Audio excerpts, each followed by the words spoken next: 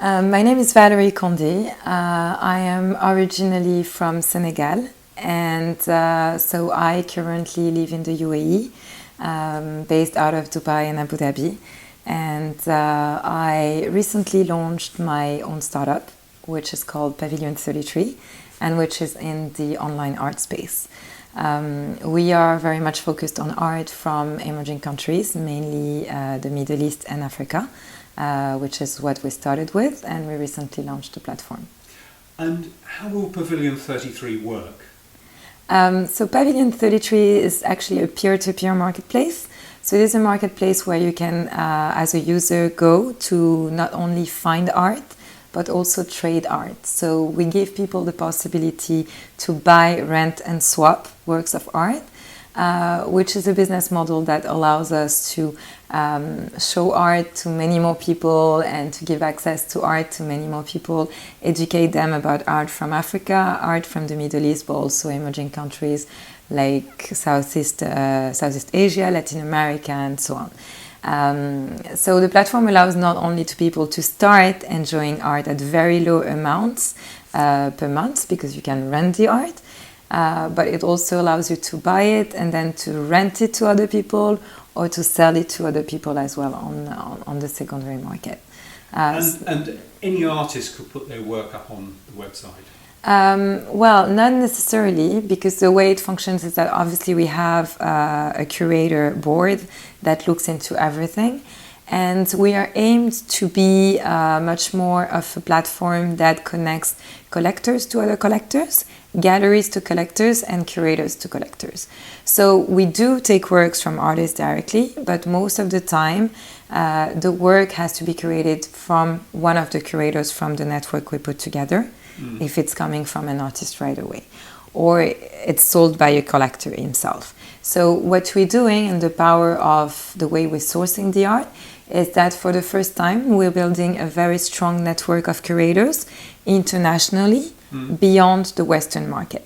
Because today you can find a lot of networks of curators in the West, but when it comes to emerging countries, emerging scenes in Europe even, it's very hard to find.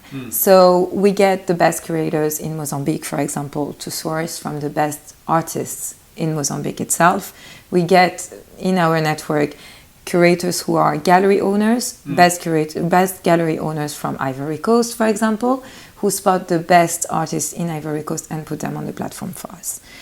And those curators will in effect be running exhibitions as well? Exactly. So the way it functions is that those curators, they curate a certain amount of pieces for us.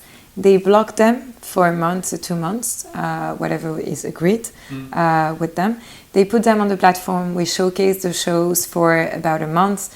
We push them, do all the marketing and all the communication around it. And once they sell the work, then they take a commission out of it. A small one, much smaller than what obviously a big well-known galleries in the US would get, but still. And at this point in time, if the work is not sold after a while, then we can leave it on the platform for a little longer, or move it away from the platform, take it away. And how does it work in terms of the trust side of it? Because if you're renting people works of art, how does all that work? Yeah, so obviously it can be a little bit of a worry. But we have an insurance that we subscribe on behalf of our users.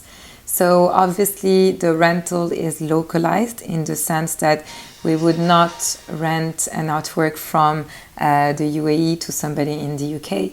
It would have to be in the same country. Yeah. So today we've started experimental rentals in the UAE, and we're focusing a lot on corporates because a lot of property groups are interested into having art within the apartments that they rent. Some of them are actually interested in doing different curations. You do have hospitals who are interested in renting art. You do have a lot of offices as well who are interested into it. Yeah. So we put a big emphasis onto corporates. But the idea is to rent to anybody. And the way it functions is that we just have an insurance that allows anything, any damage, any issue that can happen with the artwork to be covered.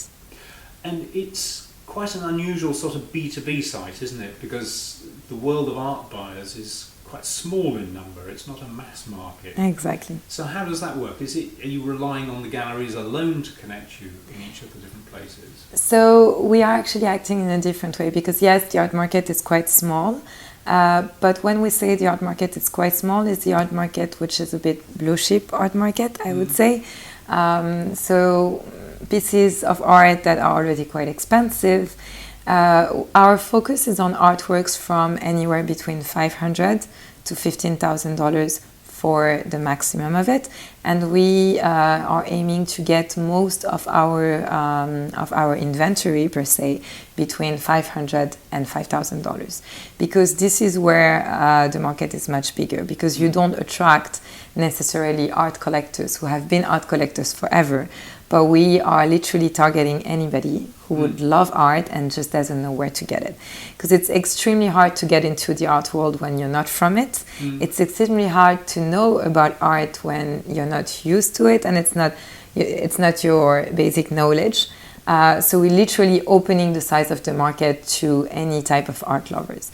And the rentals help us even more to do this, because starting £75 in the UK, for example, a month, you can have an artwork at home and you can change artwork every month. And if you just want to keep it, you can buy it directly from us. So we're increasing the size of the market in this way. And the way we function with galleries is that we're literally targeting people who are completely different from the usual customer base of the galleries.